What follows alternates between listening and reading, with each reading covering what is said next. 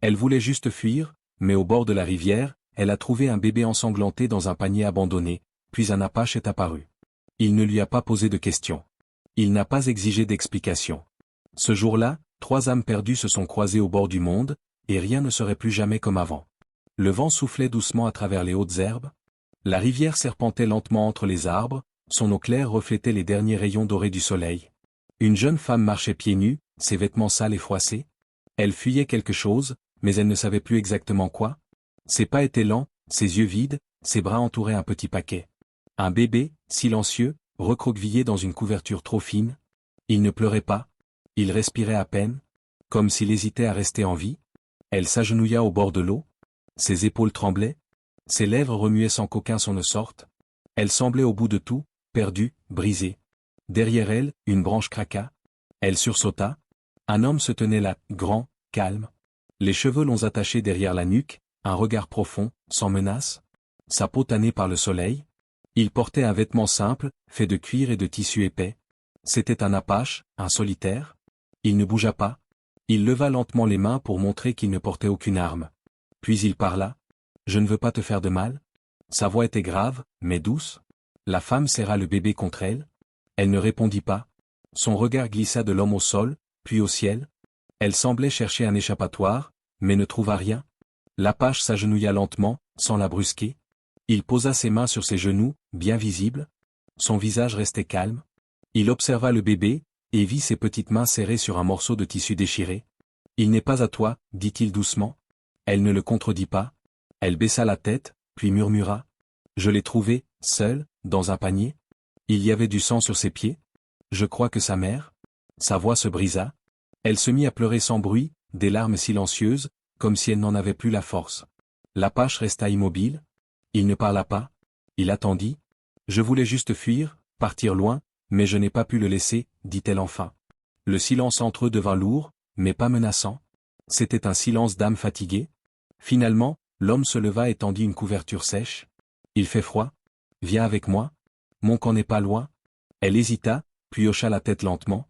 Elle n'avait plus rien, sauf cet enfant, et cet inconnu qui, pour une raison qu'elle ignorait, ne l'avait pas repoussée.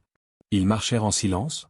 Lui devant, elle derrière, le bébé dans ses bras, comme une barque fragile portée sur un fleuve inconnu. Ce soir-là, dans la lumière mourante du jour, 3 âmes brisées entamèrent sans le savoir le début d'un nouveau lien. Le chemin était étroit, bordé d'arbustes secs et de rochers couverts de mousse. Aucun mot n'était échangé. Seuls les pas étouffés dans la terre humide brisaient le silence. La femme gardait le bébé tout contre elle, comme un bouclier vivant. Chaque pas semblait un pas de plus dans l'inconnu. Après plusieurs minutes, ils arrivèrent à un petit recoin dissimulé derrière des buissons épais. Là, une simple cabane faite de bois et de peaux se dressait près d'un cercle de pierres noircies par le feu. Rien de grand, rien de confortable, mais un endroit sûr, tranquille, et sec. L'Apache s'agenouilla pour attiser les cendres. Il souffla doucement et les flammes renaquirent. Un peu de chaleur s'éleva aussitôt. Il plaça quelques branches sèches.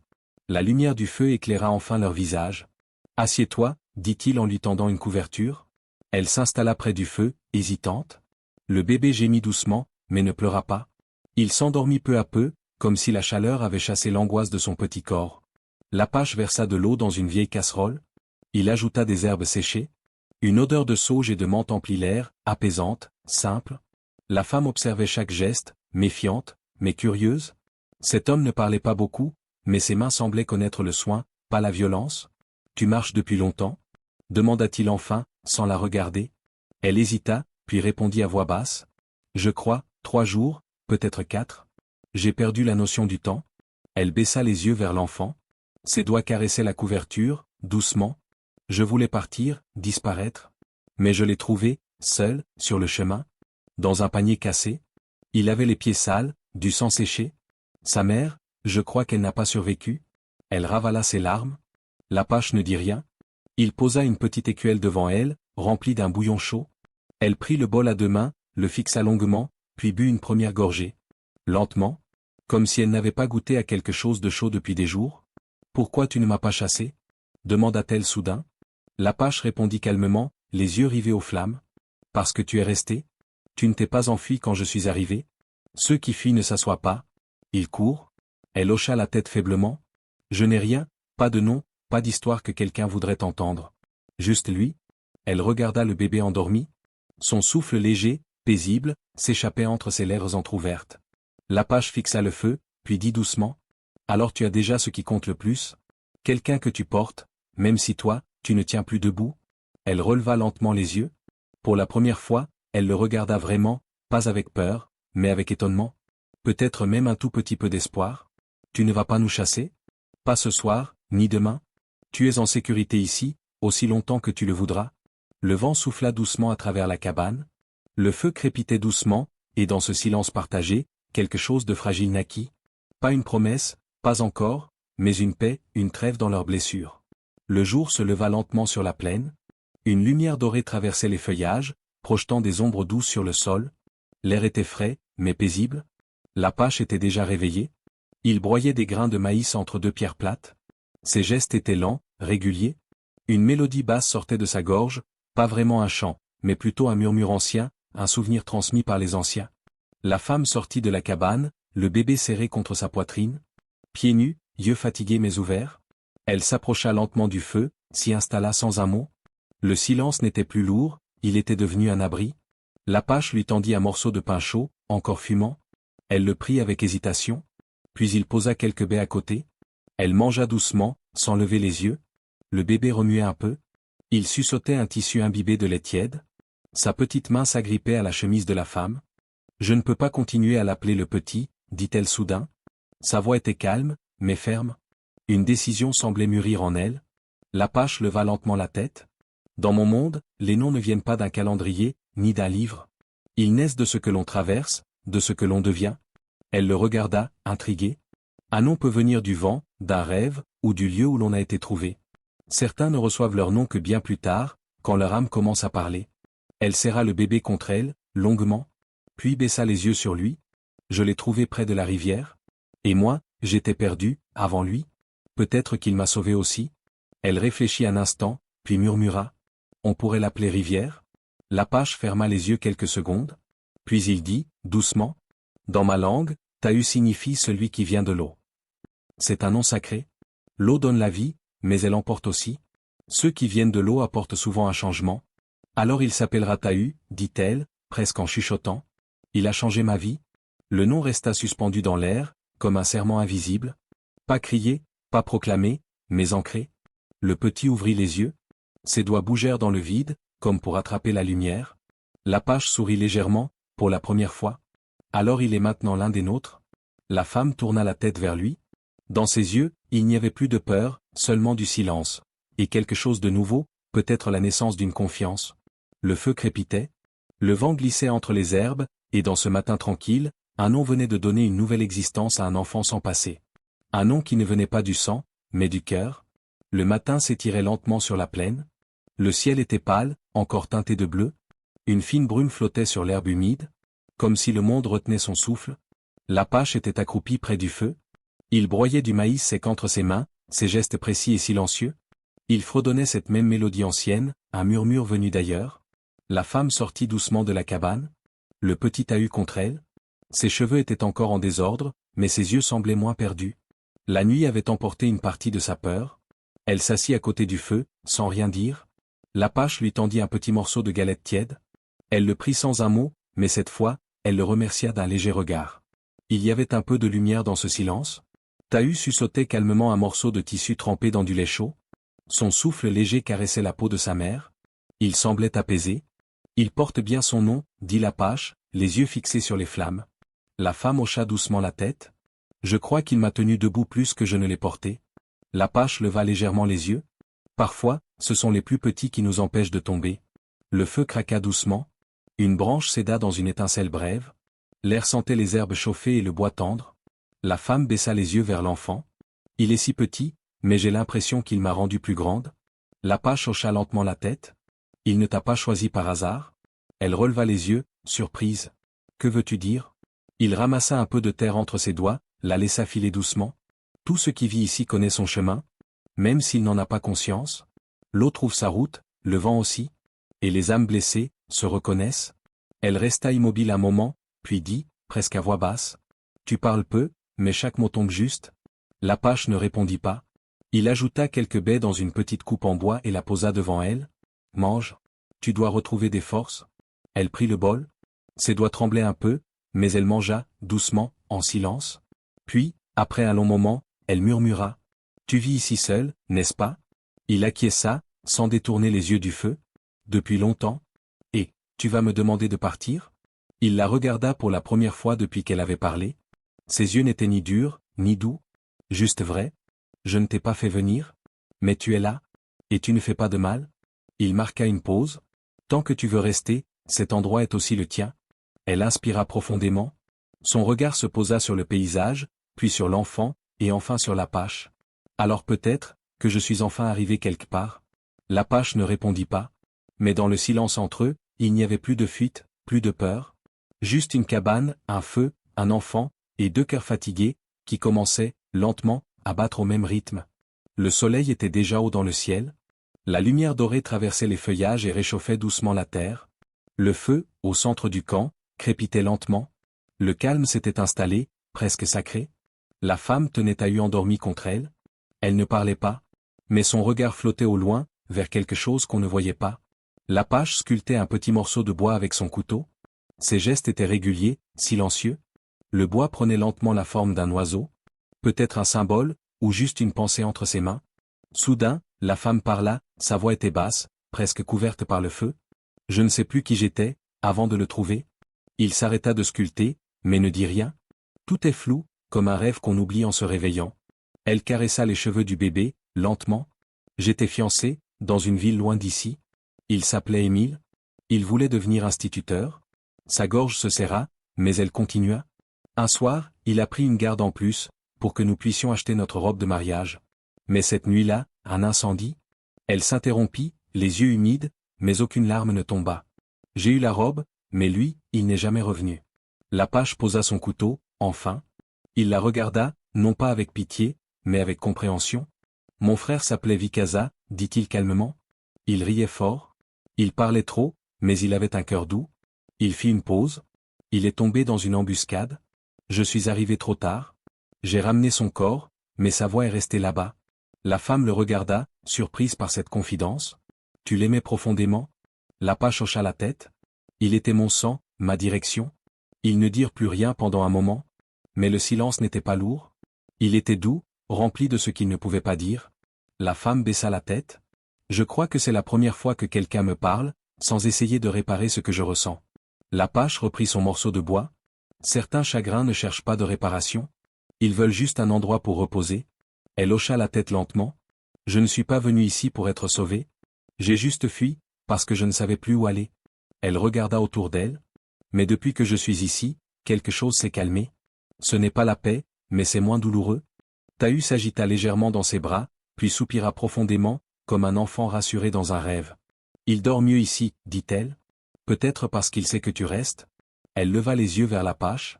Et toi, tu vas rester? Il la fixa, longtemps, puis dit simplement. Je ne suis pas un homme qui part. Je suis un homme qui attend. Une chaleur douce s'installa dans sa poitrine. Elle ne savait pas quoi répondre, mais elle n'avait pas besoin de mots. Le feu craqua doucement. Le vent léger faisait danser les flammes. Deux âmes brisées, un enfant, un silence rempli de souvenirs, et une cabane, plantée au milieu de nulle part, devenait lentement un endroit où renaître. La nuit était tombée, douce et silencieuse. Le feu au centre du camp projetait une lumière vacillante sur les murs de la cabane. Le bois crépitait lentement, remplissant l'air d'une chaleur apaisante. La femme dormait profondément, allongée sur un lit de couverture. Tahu était paisiblement contre elle, ses petits bras relâchés. Mais soudain, elle bougea.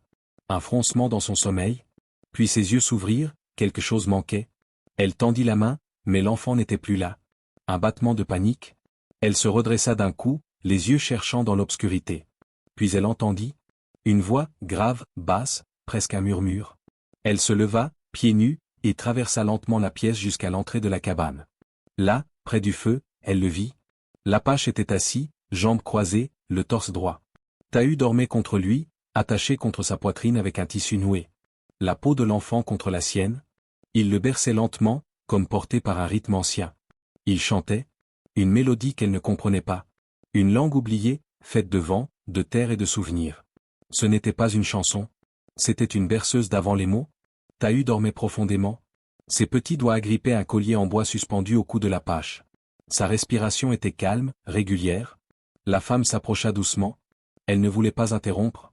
Elle resta là, en silence, à regarder cette scène, comme si elle découvrait quelque chose d'impossible.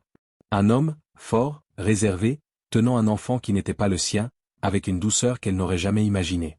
Il leva les yeux vers elle. Il ne sembla pas surpris, juste présent. Il se réveille parfois, comme s'il avait peur de quelque chose qu'il ne voit plus, dit-il doucement. Elle s'agenouilla lentement de l'autre côté du feu. Le regard posé sur l'enfant, puis sur les mains de l'Apache, des mains sûres, lentes, sans tension. « Pourquoi ne m'as-tu pas réveillé » murmura-t-elle. « Parce que tu dormais enfin. Et parce que j'aime faire ça. » Elle ne répondit pas tout de suite. Elle observa ses gestes, la manière dont il berçait l'enfant. Il n'y avait rien de forcé, juste une vérité tranquille. J'ai toujours cru que les hommes comme toi étaient froids, silencieux, durs, impénétrables. L'Apache regarda l'enfant, puis elle. Le silence n'est pas le contraire de l'amour. Ce n'est que l'endroit où l'amour apprend à respirer. Elle resta figée. Ses lèvres s'entr'ouvrirent, mais aucun mot ne vint. Alors elle sourit, un sourire vrai, pas large, mais profond. Il te fait confiance, dit-elle lentement. Peut-être plus qu'à moi. Il connaît ta voix, dit l'Apache. Il a senti tes bras. C'est cela qui compte. Quelque chose se réchauffa en elle. Une fissure dans ce mur qu'elle avait construit autour de son cœur. Elle tendit les bras. L'Apache lui tendit Tahu, comme on tend un trésor, avec précaution, respect. Elle prit l'enfant, mais ne retourna pas dormir. Cette fois, elle s'assit juste à côté de lui, épaule contre épaule. Ils restèrent ainsi, à regarder les flammes danser. Deux adultes que la vie avait brisés, réunis par un enfant qu'aucun d'eux n'avait prévu. Mais parfois, c'est ainsi que naît une famille, pas avec le sang, mais avec ce que l'on choisit de porter, ensemble. L'aube s'étirait lentement sur la plaine. Une lumière pâle baignait les collines lointaines. Le feu était presque éteint. Un filet de fumée montait dans l'air frais du matin. L'Apache était dehors, agenouillé près de la barrière de bois. Il réparait une latte cassée, une à une, en silence. Ses gestes étaient calmes, précis. Un rituel. À l'intérieur de la cabane, la femme dormait encore, Tahu dans ses bras. L'enfant bougeait doucement, ses petites mains crispées sur un morceau de tissu. Puis, un bruit. Des pas dans l'herbe sèche. Lent, mesuré. Pas le vent, pas un animal. L'Apache se redressa, les yeux fixés sur l'horizon. Un homme approchait. À cheval. Un cavalier seul. Il s'arrêta à quelques mètres, descendit calmement, et ôta son chapeau. C'était un homme d'un certain âge, le visage marqué par le vent. Les mains calleuses, mais le regard droit. « Je viens sans armes, dit-il d'une voix posée. Je n'apporte pas de trouble, seulement une chose, qui pourrait vous appartenir. » L'Apache ne répondit pas. Il observait, les bras croisés, ni hostile, ni confiant, juste attentif. L'homme sortit quelque chose de sa poche. Un petit objet rond. Un médaillon d'argent, ancien, terni par le temps. Une femme est arrivée au village, il y a 3 jours. Elle dit que sa fille est morte récemment, emportée par la tempête. Elle cherche l'enfant, son petit-fils. Le mot tomba dans l'air comme une pierre dans l'eau. L'Apache ne bougea pas. Elle ne veut blesser personne, continua l'homme. Elle veut seulement savoir si l'enfant est vivant et aimé. La porte de la cabane s'ouvrit lentement derrière eux. La femme apparut. Tahu dans les bras, éveillé, silencieux. Ses yeux rencontrèrent ceux de l'étranger. Méfiants, mais clairs. Il tendit doucement le médaillon. Elle s'approcha lentement, le prit, l'ouvrit. À l'intérieur, un dessin, le portrait d'une femme au sourire doux, les mêmes yeux que Tahu. Elle resta figée, son souffle suspendu. Ses doigts tremblaient légèrement sur le bijou. « C'est elle, murmura-t-elle. C'est la mère de Tahu. » L'homme hocha doucement la tête. « Elle ne veut pas le reprendre, dit-il. Elle veut juste le voir, une fois, savoir qu'il ne grandit pas seul. » L'Apache fixait l'horizon. Le feu dans ses yeux ne disait ni oui, ni non. La femme regarda l'enfant, puis le médaillon, puis l'homme. « Et si elle ment ?» Le visiteur répondit, lentement. « Alors vous le verrez dans ses yeux, avant même que moi je m'en aperçoive. » Un silence. Puis la femme baissa les yeux vers Tahu. Il ne pleurait pas. Il observait, calme, presque conscient. « Où est-elle » demanda-t-elle enfin. « À l'auberge, dans le village. Elle ne vous forcera pas. Elle attendra votre choix. » L'homme remit son chapeau, salua brièvement, puis tourna les talons, remonta à cheval, et repartit au pas, laissant derrière lui une poussière légère, et une vérité silencieuse. La femme resta debout, le médaillon dans une main, l'enfant dans l'autre. L'Apache s'approcha. Ses mots furent simples. « Tu veux partir ?» Elle secoua lentement la tête. « Non. Mais je veux savoir. Je veux voir dans ses yeux, si elle l'a vraiment aimé. » L'Apache hocha la tête. Ce matin-là, il ne dit rien de plus. Mais quelque chose avait changé. Un fil du passé venait de se tendre vers le présent. Et ils allaient devoir décider s'il devait être rompu ou tissé. La journée avançait lentement. Le vent était calme. Les feuilles dansaient sans bruit. Pourtant, à l'intérieur de la cabane, le silence avait changé. Ce n'était plus la paix, c'était l'attente. La femme tenait toujours le médaillon dans sa main. Elle le tournait entre ses doigts encore et encore. Le visage à l'intérieur semblait la regarder, doucement, sans accusation. Tahu dormait sur une couverture roulée.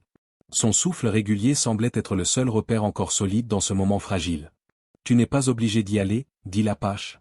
Il était accroupi près du feu, les mains noircies par le bois, mais son regard était calme. « Je sais, répondit-elle. Mais si je ne vais pas la voir, je vais y penser chaque jour, et peut-être le regretter. » Elle s'approcha, s'assit près de lui. Le médaillon reposait maintenant dans sa paume ouverte. Il brillait faiblement à la lumière du feu. « Et si elle veut le reprendre » souffla-t-elle. L'Apache la regarda, longuement, puis secoua la tête. « Alors, tu écouteras ces mots, mais tu écouteras surtout ce que tu ressens ici. » Il posa 2 doigts contre sa propre poitrine, juste au centre. « Tu n'as rien volé, dit-il. Tu l'as porté, tu l'as nourri, tu es resté. » Elle détourna les yeux, son regard glissa sur le petit corps endormi de Tahu. « Je n'ai jamais rien fait de grand, dit-elle. Jamais rien terminé. Je suis parti de partout. Mais lui, je ne l'ai pas laissé. » Sa voix tremblait un peu, pas de peur, mais de vérité. « Peut-être que c'est ça, être mère, dit-elle. Pas de savoir tout faire, mais de ne pas partir. » L'Apache ne dit rien. Mais son silence valait réponse. Elle tourna la tête vers lui. Ses yeux cherchèrent quelque chose dans les siens. « Tu viendras avec moi » demanda-t-elle enfin. Il hocha lentement la tête. « Je ne te laisse pas seul, ni lui. » Elle respira profondément. Comme si ce simple geste avait exigé toute sa force. « Alors on ira demain, le matin, quand il fait encore frais. »« D'accord, dit-il. » Il se leva, ajouta une bûche dans le feu. Une flamme vive jaillit, éclairant les murs de la cabane, projetant leurs 2 ombres, côte à côte, longues et tranquilles. Plus tard, quand la nuit fut tombée, ils restèrent assis en silence, l'un à côté de l'autre. Aucun plan, aucun discours, seulement une présence. La femme finit par poser sa tête contre l'épaule de l'Apache. Il ne bougea pas, mais sa main effleura la sienne, sans force, sans promesse, juste là. Demain, ils devraient faire face. Mais ce soir, ils avaient choisi de ne plus fuir ensemble. Le matin était silencieux. Un voile de brume flottait encore sur la plaine. Les herbes étaient humides, et chaque pas laissait une trace discrète. La femme marchait lentement, Tahu dans les bras. L'Apache était à ses côtés. Il ne parlait pas, mais sa présence était solide, comme un roc qu'on sent derrière soi, même sans le voir. Au loin, le village se dessinait, quelques maisons, une auberge, des chevaux attachés sous un arbre. L'endroit semblait ordinaire, mais aujourd'hui, il était chargé de sens. Ils s'arrêtèrent près d'une charrette abandonnée. Le cœur de la femme battait fort. Elle serrait Tahu contre elle. Il dormait paisiblement, sans savoir que ce jour allait tout changer. La porte de l'auberge s'ouvrit doucement. Une femme sortit, vêtue de noir, le dos droit, les cheveux tirés en arrière en une longue tresse grise. Ses mains tremblaient à peine, mais son regard était fixe, comme figé entre espoir et douleur. Elle s'arrêta à quelques pas. Son regard se posa d'abord sur Tahu, puis remonta lentement vers le visage de celle qui le portait. « Je suis Ruth Bennett, dit-elle d'une voix basse. Je crois que cet enfant est mon petit-fils. » Un silence, épais, immobile. La femme ne répondit pas tout de suite. Elle regardait Ruth, sans hostilité, mais avec prudence. « Puis-je m'asseoir » demanda la vieille femme. La jeune femme hocha lentement la tête. Elles s'assirent toutes les deux sur un banc de bois, à l'ombre. L'Apache resta debout, légèrement en retrait, observant, écoutant. Ruth sortit quelque chose de sa poche, une petite toupie en bois sculpté, usée mais intacte. « Le père de Tahu l'a fabriquée quand il a appris qu'il allait être père, » murmura-t-elle. Il ne l'a jamais vue tourner, mais il disait qu'un jour, elle ferait rire un enfant. Elle tendit l'objet. La jeune femme le prit, lentement. Tahu remua dans ses bras. Ses petits doigts s'agrippèrent aussitôt à la toupie, comme s'il la reconnaissait. Les yeux de Ruth se remplirent de larmes. Mais elle ne pleura pas. Elle ferma les yeux un instant, puis les rouvrit. « Je ne suis pas ici pour le reprendre, dit-elle. Je voulais juste savoir s'il était vivant et aimé. » L'Apache s'approcha d'un pas. Sa voix fut calme, mais ferme. Il est aimé, par celle qui l'a trouvé, et par celui qui est resté. Ruth leva les yeux vers lui. Elle le fixa, et pour la première fois, ses traits se détendirent. Elle comprit qu'il n'y avait rien à prendre ici, rien à réclamer. « Puis-je revenir, parfois » demanda-t-elle. Pas comme une étrangère, mais comme quelqu'un qui veut raconter d'où il vient. La femme regarda Tahu, puis Ruth. Oui, dit-elle. Mais seulement si tu restes vrai. Si tu nous prends tels que nous sommes. Ruth posa une main sur son bras. Ses doigts étaient froids, mais sincères. J'ai déjà perdu ma fille. Je ne casserai plus rien. Tahu ouvrit les yeux. Il regarda les deux femmes, puis serra fort la toupie dans ses petites mains. Et dans ce geste simple, un cercle venait de se refermer, sans drame, sans cri, seulement avec l'acceptation, et une promesse silencieuse. Celle de rester, pas par devoir, mais par choix. Le ciel s'était teinté d'orange foncé. Les dernières lueurs du jour glissaient lentement derrière les collines. Une douce brise portait l'odeur de la terre tiède et des herbes sèches. L'Apache avait préparé un cercle de pierre autour du feu. Il y avait disposé quelques branches, un petit sachet d'herbes séchées, et des morceaux de bois odorant. Le feu avait été allumé d'un seul geste, sans effort, comme un appel ancien qu'il connaissait depuis toujours. La femme tenait Tahu dans ses bras. L'enfant était éveillé, paisible. Ses yeux suivaient les étincelles qui s'élevaient dans l'air comme des lucioles silencieuses. Ruth s'était assise près du feu, ses mains posées sur ses genoux. Dans son giron reposait une flûte en bois, lisse, ancienne, bien entretenue. Elle ne disait rien, mais ses yeux humbles regardaient l'enfant, comme pour graver chaque détail. L'Apache parlait doucement. Sa voix était calme, basse, presque comme un souffle dans les flammes. Ceci n'est pas une fête, ni un adieu. C'est un passage. Quand un enfant reçoit son nom, il doit aussi sentir d'où il vient, et vers quoi il marche. Il ajouta quelques herbes dans le feu. Une odeur de sauge, de cèdre et de menthe s'éleva lentement, douce, enveloppante. Le vent la portait autour d'eux, comme une bénédiction invisible. La femme s'approcha du feu, tenant Tahu dans la lumière vacillante. La fumée effleura le front du bébé. Il ne pleura pas. Il cligna des yeux, puis laissa échapper un petit rire léger, clair, comme une note de musique perdue. Ruth leva alors la flûte, hésitante. Ses mains tremblaient légèrement, mais quand elle souffla la première note, le son était pur, lent, mélancolique. Une mélodie simple, mais chargée d'émotion. Ma fille jouait cette musique, dit-elle. Je voulais que son fils l'entende, au moins une fois. La femme serra l'enfant contre elle. Elle ne pleurait pas, mais ses yeux brillaient à la lumière du feu. L'Apache s'approcha à son tour. Il tenait dans sa main un petit médaillon en cuir, marqué d'un symbole gravé, ancien. Il le tendit à la femme. C'est pour lui, dit-il. Pour qu'il sache qu'il appartient à quelque chose. Même petit, même fragile, il a des racines ici. Elle prit le médaillon, sans un mot, puis le passa autour du cou de Tahu. L'enfant tendit la main vers le feu, comme pour toucher la lumière. Tu es né du courage, murmura-t-elle à son oreille. Et porté par l'espoir. Ruth essuya discrètement une larme, puis dit tout bas. Et tu sauras qu'un jour, deux mondes t'ont aimé. Le feu continuait de crépiter doucement. Le vent jouait dans les herbes. Au centre du cercle, l'enfant s'endormit peu à peu, bercé par la chaleur, la musique, et les battements calmes de trois cœurs unis. Ils ne formèrent aucun vœu, ne prononcèrent aucun serment. Mais dans ce cercle, ce soir-là, quelque chose de sacré avait été créé.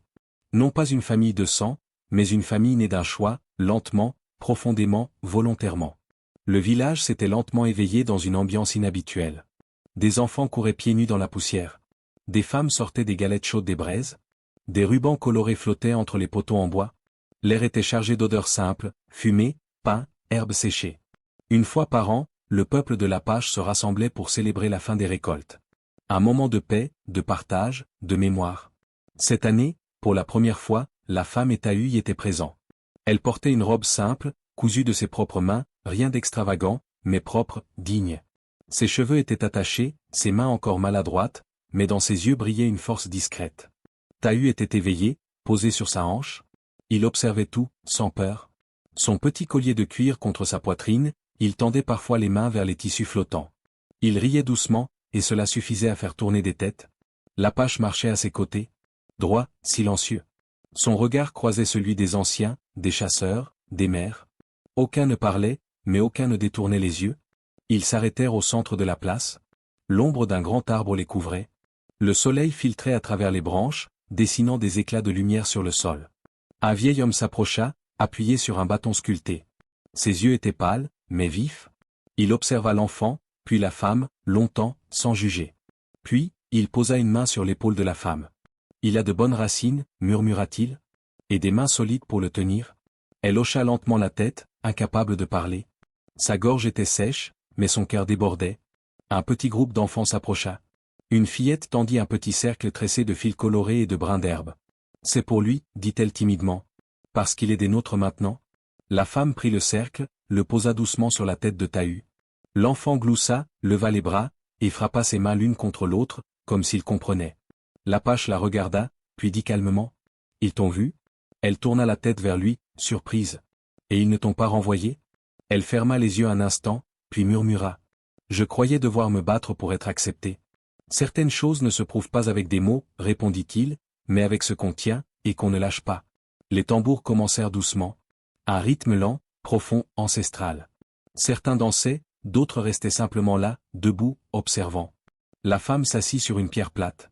Tahut sur ses genoux, un morceau de pain dans la main, et pour la première fois, elle ne se sentit pas tolérée, mais accueillie. Pas comme une étrangère, pas comme une intruse, mais comme une mère, une femme, qui était restée, quand d'autres seraient partis. Et cela, c'était suffisant.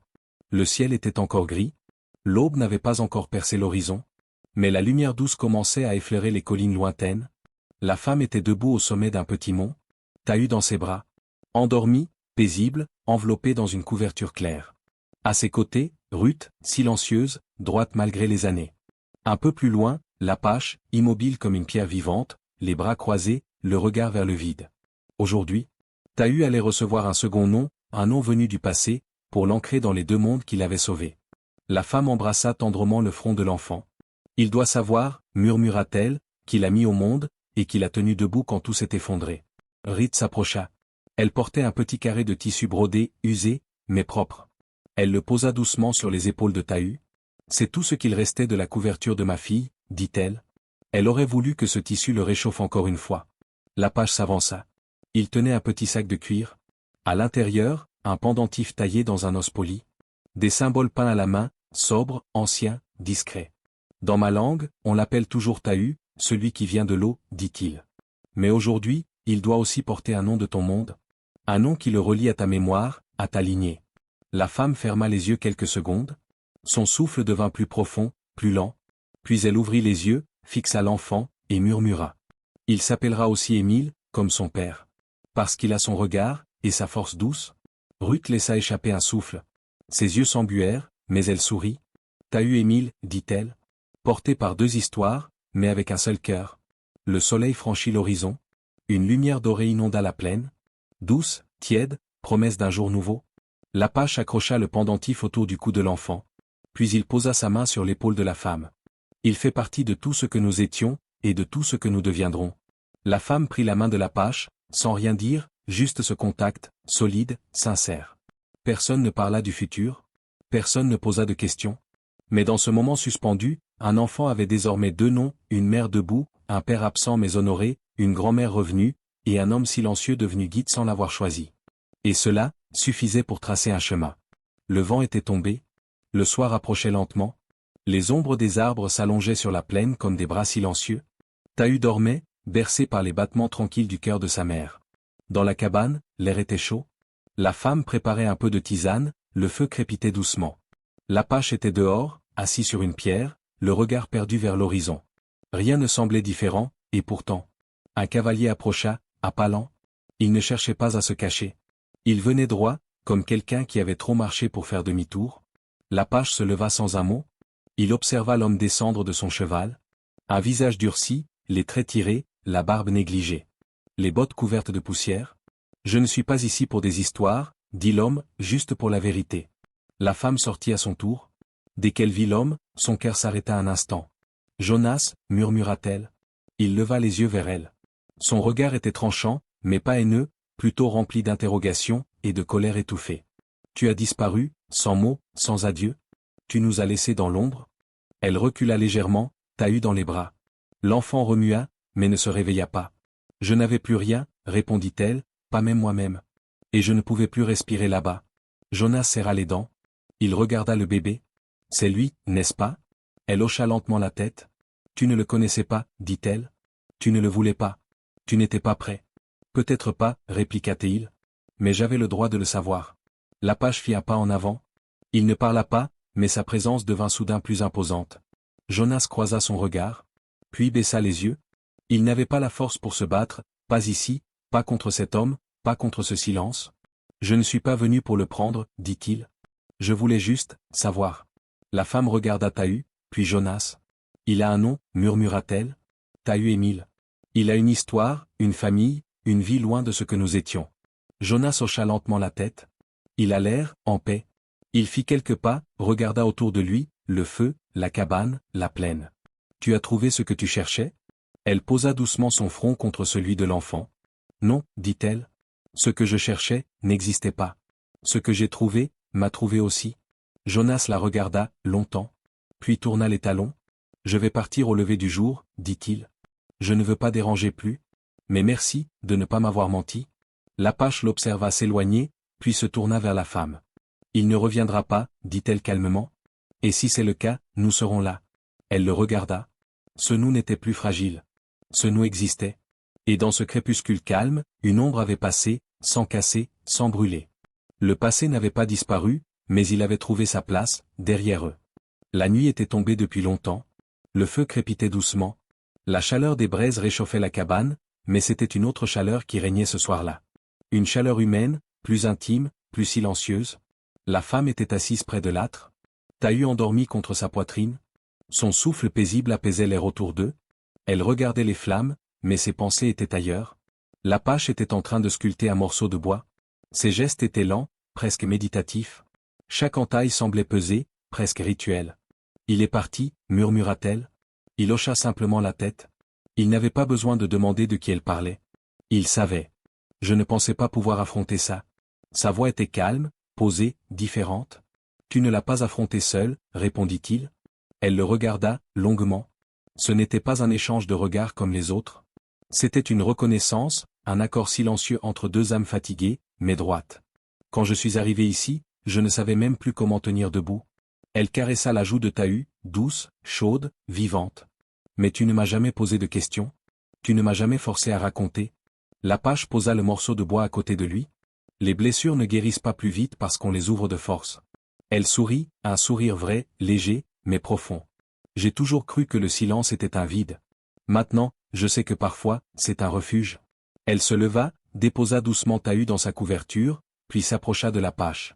Elle s'assit près de lui, à peine à quelques centimètres. Il ne bougea pas, mais il sentit sa présence. Elle ne cherchait plus à fuir. Elle ne demandait rien. Elle était là. Tu sais ce que tu es pour moi? Dit-elle doucement. Il tourna lentement la tête vers elle, sans parler. Une encre? Une respiration quand je n'en avais plus? Elle prit sa main, lentement, puis entrelaça ses doigts dans les siens. Je ne suis pas prête à parler d'amour, dit-elle. Mais je sais ce que c'est que de ne pas vouloir perdre quelqu'un. Il ne répondit pas. Mais il serra sa main, sans pression, sans promesse, juste un geste, simple, sincère. Le feu éclairait leur visage. Deux silhouettes côte à côte. Deux silences qui n'étaient plus seuls. Deux passés différents, qui avaient décidé de marcher dans la même direction. Dehors, le vent portait des bruits de feuilles, d'herbes frottées. Mais à l'intérieur, il n'y avait que cette paix rare, celle qui n'est quand plus rien n'a besoin d'être dit. Et parfois, c'est ça, la force, ne pas élever la voix, ne pas brandir des serments, mais rester, encore et encore, dans le calme, dans la présence, dans l'attente patiente de ce qui vient. Le ciel s'ouvrait lentement. Une lumière dorée baignait la plaine.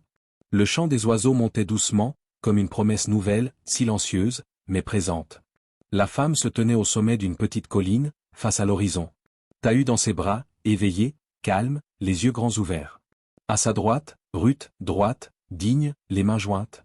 Un peu plus en retrait, l'Apache, solide, silencieux, les bras croisés, ancrés dans la terre, dans l'instant. Il ne disait rien. Aucun mot n'était nécessaire.